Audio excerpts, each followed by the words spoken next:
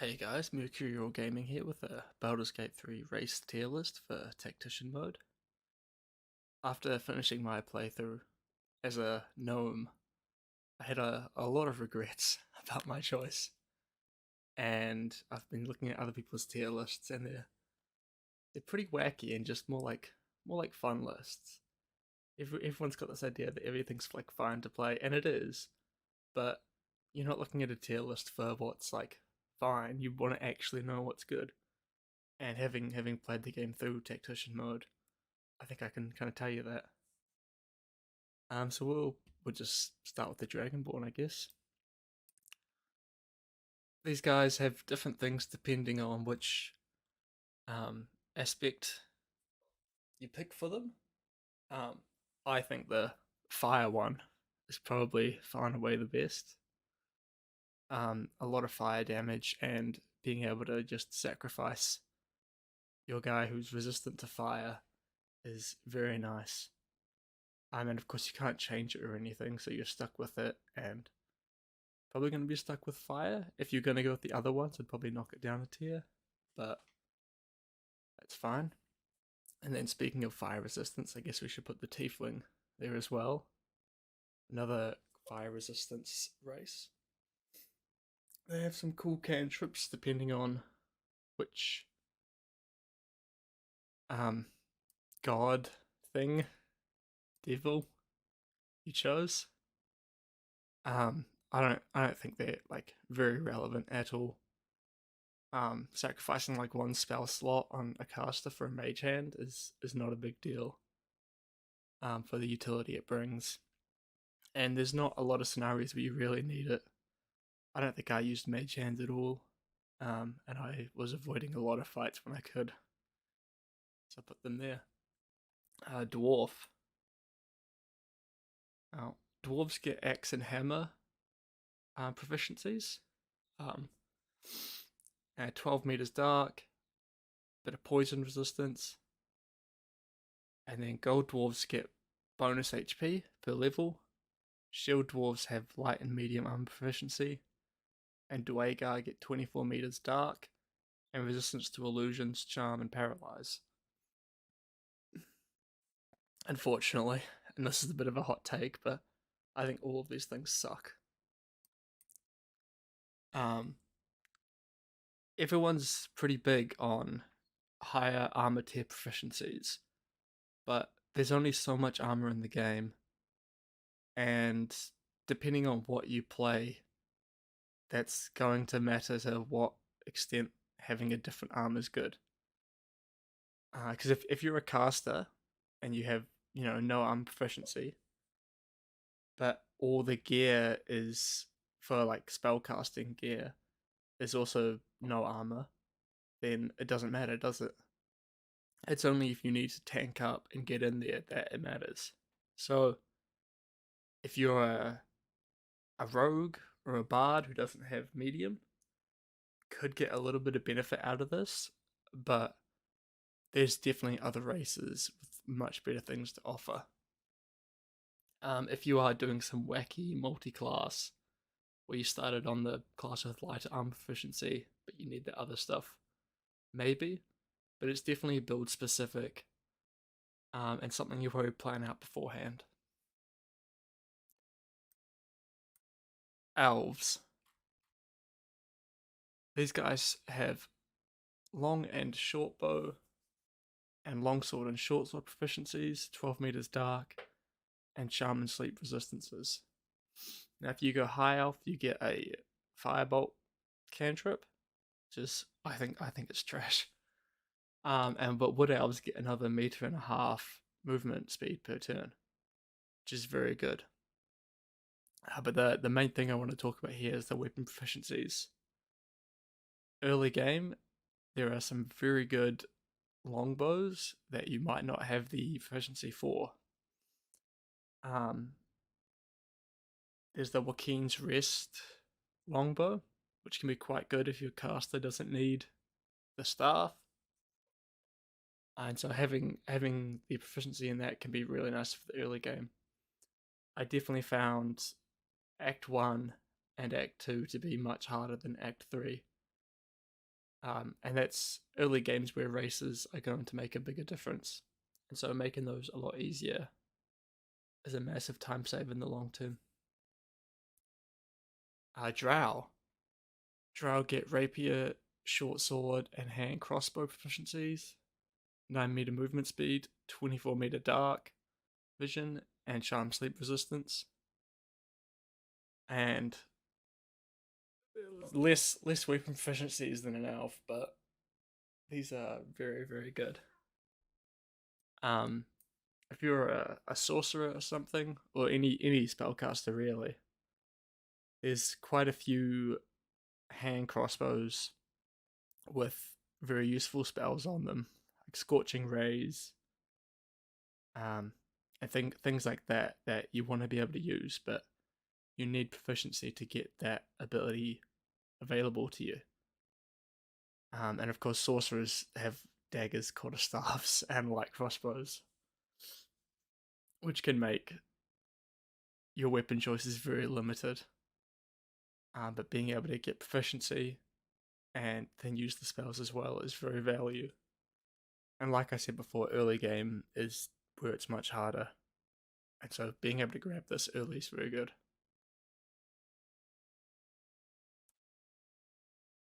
Githyanki.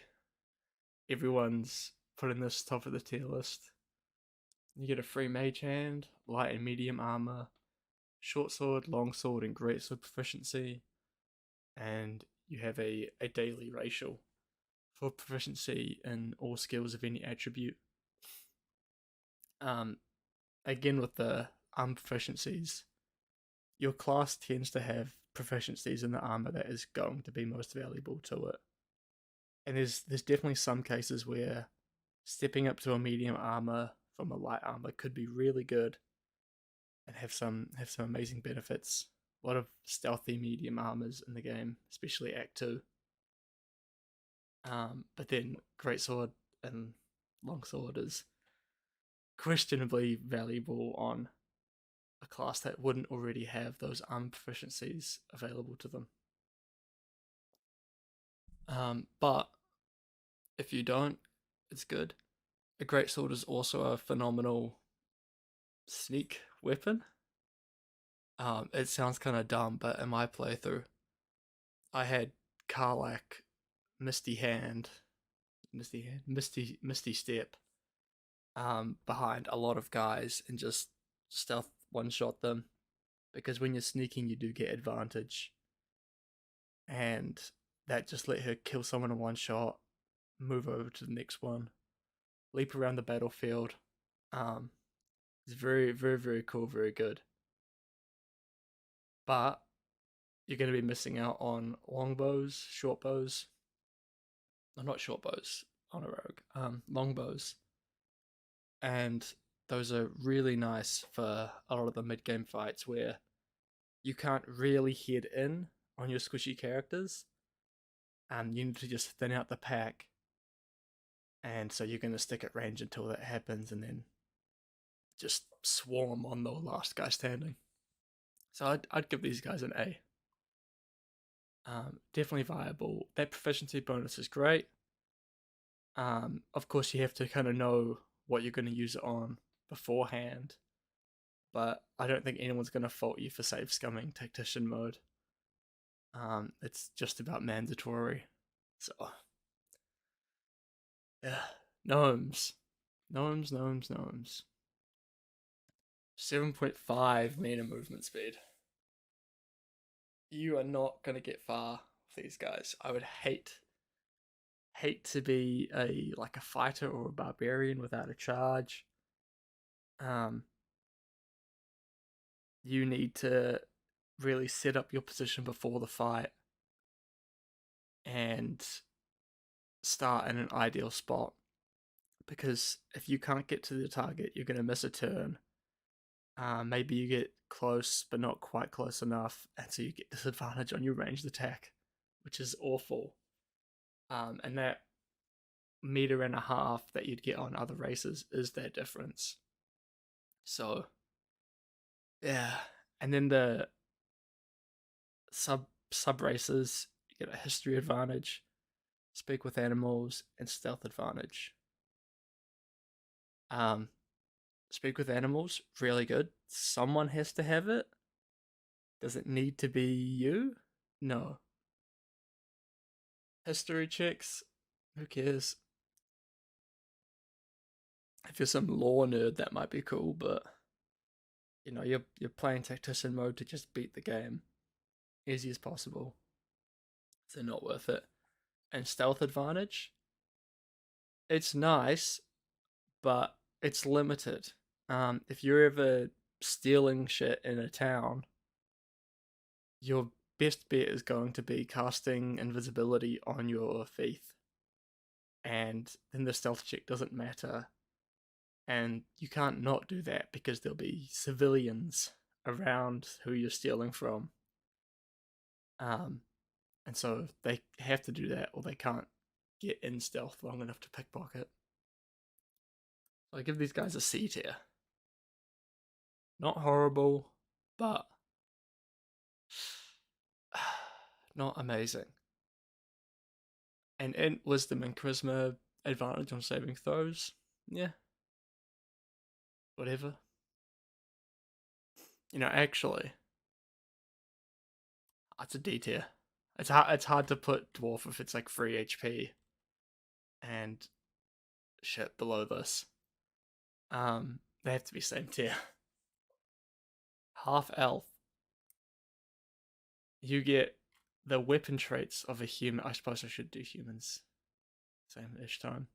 You get the weapon traits of humans, but the elf passives. So you get 12-meter dark vision and the Fate Ancestry, which is charm and sleep resistance.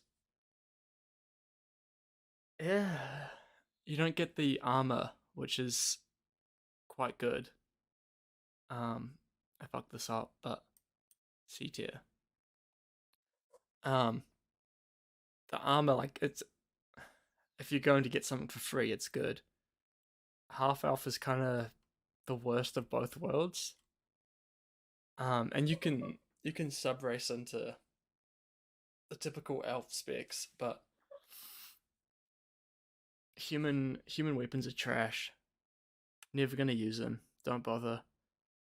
If you're using like a spear or something, it's because you're doing like a weird throwing build. You're gonna plan for that beforehand if your class doesn't already have spears. That's a throwable. Humans, you get the good side of half elf. And I know this is a hot take because everyone's like, "Oh, sleep resistance is good," but fuck, I don't fall asleep. Humans, if you have light armor proficiency, that's great. One extra skill proficiency, that's awesome. And your classic weapons, it's cool. You also get a carry bonus, which is like super irrelevant because you just send everything to your camp anyway. That overflows you. But I suppose if you're throwing a bunch of shit at someone, having an extra barrel or two could be really good. So I give him a B tier. Half orc. When you crit, you do a triple damage instead of double. First time you die, you come back with 1 HP. That seems good, but I found Tactician mode works best if you have like a kind of a 2 healer setup. The bonus action ranged heal that Shadowheart has, and I mean you can get on other classes too, but that was really essential to just keeping my party up. And then you just more shift Shadowheart into a healer. You could do a thin one, but just a cleric healer. It's really nice. And so coming back with 1 HP, kind of worthless. Enemies tend to finish you off in tactician mode, especially later on. And they're hitting like a 12 multi attack, and it's like, okay, maybe you don't die in that hit, but coming back with 1 HP isn't going to be a lot. You're going to have to disengage, wait a turn before you can even do anything. You've kind of already lost the fight once you've died the first time. Whereas if you have the ranged bonus action heal, you're gonna come back and you'll have like, you know, 4 HP plus 3 bonus HP from some special boots you get. That's enough to like chance a hit and survive it. And finally, the halfling. This is my blistering hot take. This is S tier. Halfling is actually the greatest race. The whole time I was running around playing, I thought, holy shit, I wish I was a halfling. First off, we'll start with lucky. This is bad luck protection. If you roll a 1, you re-roll on anything. And there's a lot of skill checks where the only way you fail is rolling a 1. And that just won't happen anymore, which is phenomenal. First place. Then we have protection against frightened, or disadvantage on frightened abilities against them. Frightened is definitely the worst CC to have to deal with, because it goes off, you drop your weapon, it's your turn, you're running away. When it is your turn again, after that, you have to run back to your weapon, pick it up, waste the turn, and then you can fight. So it kind of takes you up for a couple turns. And then if they've moved away from that, you've run, picked your weapon up, and then it's another turn after that to get to the enemy again.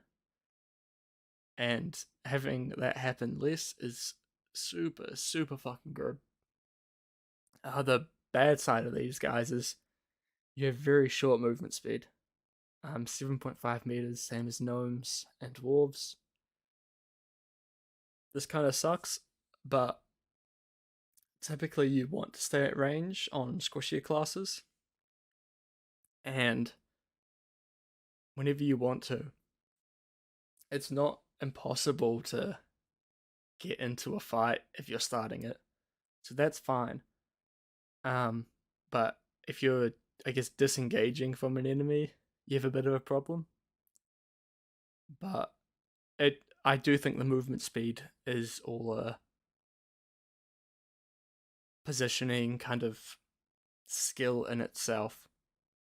Just knowing where the fight's going to go, you know, if they're ranged, they're probably not going to run up to you, so you're fine. And if you're playing range, that doesn't matter. And if you're melee, once you're on them, yeah, it doesn't matter, because you'll stick. If they walk out, you'll hit them. Maybe they die if you're like a more stronger melee class. But it's a problem sometimes for sure, but not a big deal. And then stealth or poison advantages or resistance. Poison's actually a big deal. Everyone's sleeping on it, but there's a lot of shitty little poisons you have to run through in this game, especially if you're running around setting off traps. Auntie Ethel in Act 1. Some painful poison there. I